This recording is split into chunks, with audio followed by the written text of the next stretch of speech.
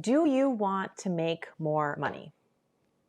Most people would say yes. Do you want to make more money without working more hours? Yes, obviously. That's always the dream. What if I told you that you focusing so much on making money, generating money, might actually be the reason that you are stuck not making enough and working all the time? Today, I want to talk about why chasing the money, chasing the revenue, without understanding and instead chasing the profit is going to keep you stuck on this awful hamster wheel of feast or famine, where you're always either working all the time with clients and still feeling like you're not generating enough money, or you work all the time with clients, you generate a lot of money, but you're still scared that next month you're not going to make enough. Let's talk about why this is and how you can fix it. One of the big challenges I see for most branding agencies is that they think, okay, I'm not making enough money, so I need more clients. Got to go find more clients. And or I'm not making enough money, I really need to raise my prices. Or I don't have enough time, so I really need to outsource some of this work. So I need to be able to afford to outsource some of this work. So back to step one, I need more clients and I need to charge more. The result is that you're raising your prices and looking for more clients, and you're going to end up really busy working with clients all the time, which sounds great, except you're still going to be stuck in this awful cycle of being scared about where your next clients are coming from. I have talked to so many people who say, I had such a great month last month. I just spoke to someone, she said, I made $15,000 last month. That's a record for me, but I'm still terrified because I don't know how I'm going to make money next month. And I don't know if I'm going to make enough to live next month. Wouldn't it be great if you could feel confident that you were making enough money all the time? If you could feel confident that you were always going to have enough clients, enough projects, and enough time, and that you were going to be able to do this and run your business sustainably and successfully without running yourself ragged? Wouldn't it be nice if you could start making more and more without working more and instead working less and less? I'm here to tell you that the only way to do this is to make sure that you stop focusing just on the revenue, on the dollar amount, on the money coming in, and start focusing instead on the profit. Now, I'm going to be talking about a tool that I use to help people figure out where the profit is. It's called the price to freedom calculator. So what's the difference between focusing on profit versus revenue? When it comes to a business where you're selling your services, your profit is really based on how much you charge in ratio to how much time you spend delivering. So if I were to charge $1,000 for a project and I spend 10 hours doing it, that would be an average of $100 an hour. You with me?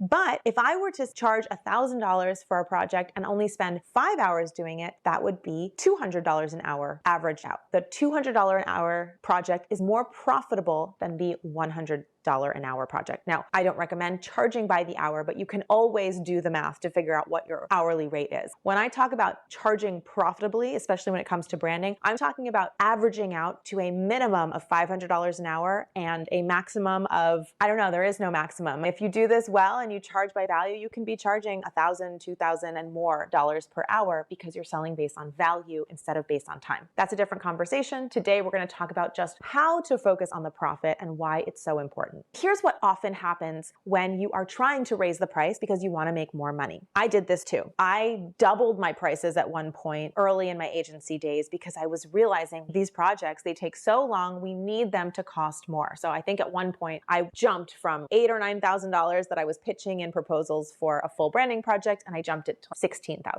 The problem was, in order to justify that price, I, both on paper and just emotionally, inflated the project. All of a sudden, I was adding in all of these other deliverables. I felt beholden to the client because now they're paying me so much more than I'm used to charging that I was hopping to even more than I used to, which I don't even know how that would be possible, but I was doing whatever I could, bending over backwards, showing up in person, doing more rounds of revisions than they had asked for. If they asked for something extra, I would just do it. I wanted to make sure they were happy because at the time, $16,000 was a huge jump in a price for what I was charging before. And I see this all the time. You increase the price because you know you need to increase it to make sense for your business. And yet then you start to spend so much more time. In fact, when I analyze people's numbers sometimes and I look at their package pricing, I find that top tier package, if they've taken my advice and they've packaged their services, if somebody's charging $5,000, $10,000, and $20,000 for their packages, let's just say, I always find that $20,000 package is way more than twice as much work as the $10,000 package. And And that's what I'm talking about here. A lot of people, if you say to them, would you like a client that is going to pay you $10,000 or $20,000? Which one would you like? It should be a no-brainer, right? Everyone's going to say, I want the $20,000 client. Okay, but what happens if the $20,000 client is going to take 4 times as much time as the $10,000 client? What happens? If you instead work with the $10,000 client, you could do 4 of those. You could do 4 $10,000 clients in the time that it would take for you to service a $20,000 client. So I would rather take the more profitable $10,000 client that's only going to take a quarter of the time and spend the rest of that time building my business, building my authority, building my credibility, and attracting more of an audience and attracting more people who are interested in working with me, and find more of those $10,000 clients instead, because the $10,000 client is more profitable. Now, I know this is emotionally, even logically, but also emotionally, a really hard concept to grasp, because most people, and this is the problem I'm talking about right now, most people are always going to gravitate to the $20,000 client. The top revenue number is higher, so people want the revenue, and that's the problem. You're chasing the number, you're chasing the revenue without keeping your eye firmly planted on where the profit is. I would rather take a $1,000 client that is very profitable than a $10,000 client that's not, because my time can then be reinvested into doing all the things that are going to make your business sustainable. Let me put it to you another way. If you are stuck on this feast or famine cycle, and you are either working with clients all the time, so you're very busy and you're making cash, right? So you feel good in some sense, but you're scared because once these projects start to end, then you start to get fearful. Well, where are those next clients going to come from? So even when those projects end, now you're hustling in a different way, right? You're hustling, hunting to find clients. I used to do that too. I'd be at every networking event when I didn't have enough work because I was just hunting for clients. Okay, so then you hunt for clients, you find a couple, now you're busy again, then around you go. That is a very common cycle. The only way to break that cycle so that when you are very busy with clients, you're not worried that your pipeline is going to dry up. The only way to do this is to have some sort of underlying, sustainable, consistent marketing effort in place. It's the only way. Now, marketing covers a lot of things. Marketing can be networking. Networking is marketing, but marketing can also be ads, or they can be organic content. They can be social media. They can be speaking engagements. There's a bazillion things that you can do for marketing. But the point is, if you aren't doing something consistently all the time, you will always be in the feast or famine cycle, because you will have no reliable plan that is constantly putting you in front of your prospects, reminding them you exist, finding new people, letting people know that you're here and you're available to hire. If you don't have a way to make that happen consistently, you're not going to generate those leads. And so then you'll always have to go hunting for them when you run out of paying work. Which brings me to the 50-25-25 rule. I created this 50-25-25 rule for profit and freedom formula specifically to show you that instead of trying to chase that top line revenue, we can be much more strategic about how we price our services and how we schedule our time. There is a magic price. It's the price to freedom that you need to charge based on how long your projects take in order to run a sustainable business. According to my formula, you have to make all the revenue you need in 50% of your time or less. If you are able to charge that, you will have the other 50% of your working hours to do 2 things. 1, invest in building that marketing machine, doing those consistent outreach efforts, putting yourself in front of prospects. And if you do that reliably and consistently every single month, you will reliably and consistently have clients coming in the door. So you'll get off that cycle. That's one of the 25s, investing in your business, working on your business.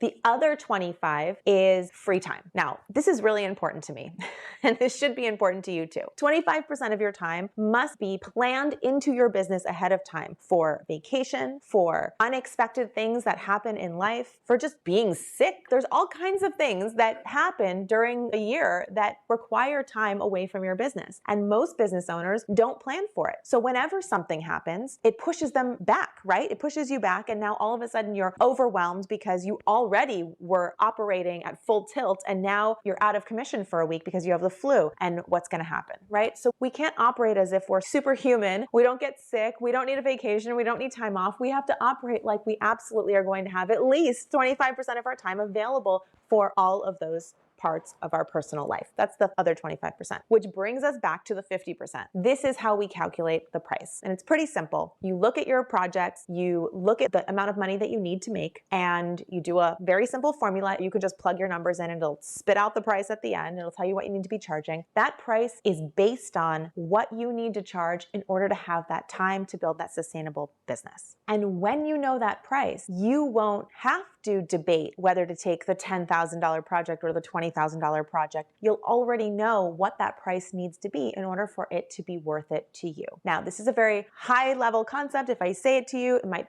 feel very logical. When you need cash in the door, it's very hard to stick to, which is why you need a whole system and method of putting your business together to facilitate getting that price point, making sure you're able to charge that price point. And frankly, it's really valuable to have a community around you who's also working towards these goals so that you aren't just feeling like you're turning down cash that you need and want. And is this a stupid decision? Sometimes no to cheap money. I call that cheap money that is not profitable. It's just sucking up your time, it's giving you some cash, and it's keeping you in that awful hamster wheel. Sometimes saying no to money is one of the best things you can do for your business. In fact, it's the only way to build a sustainable and profitable business. That's something I teach in full, from soup to nuts, from the very beginning, of how to attract and close those ideal clients who are going to pay those high prices, how to nurture them into those big projects using the lead product system, how to create those super profitable offers at the end using my intensives method. Intensives are all about making it very profitable by decreasing the amount of time you spend and increasing the price. And then how to invest that 25% or more of your time building your authority so that you're constantly attracting new leads and you don't have to go hunting for them every time you feel a lull in your bank account. If you know that you are way too focused on the revenue and not focused enough on the profit, or you don't know how to focus on the profit, let's see if we can put together your perfect profitability plan so that you can get off this hamster wheel and start generating the real profitable kinds of clients that you want to work with.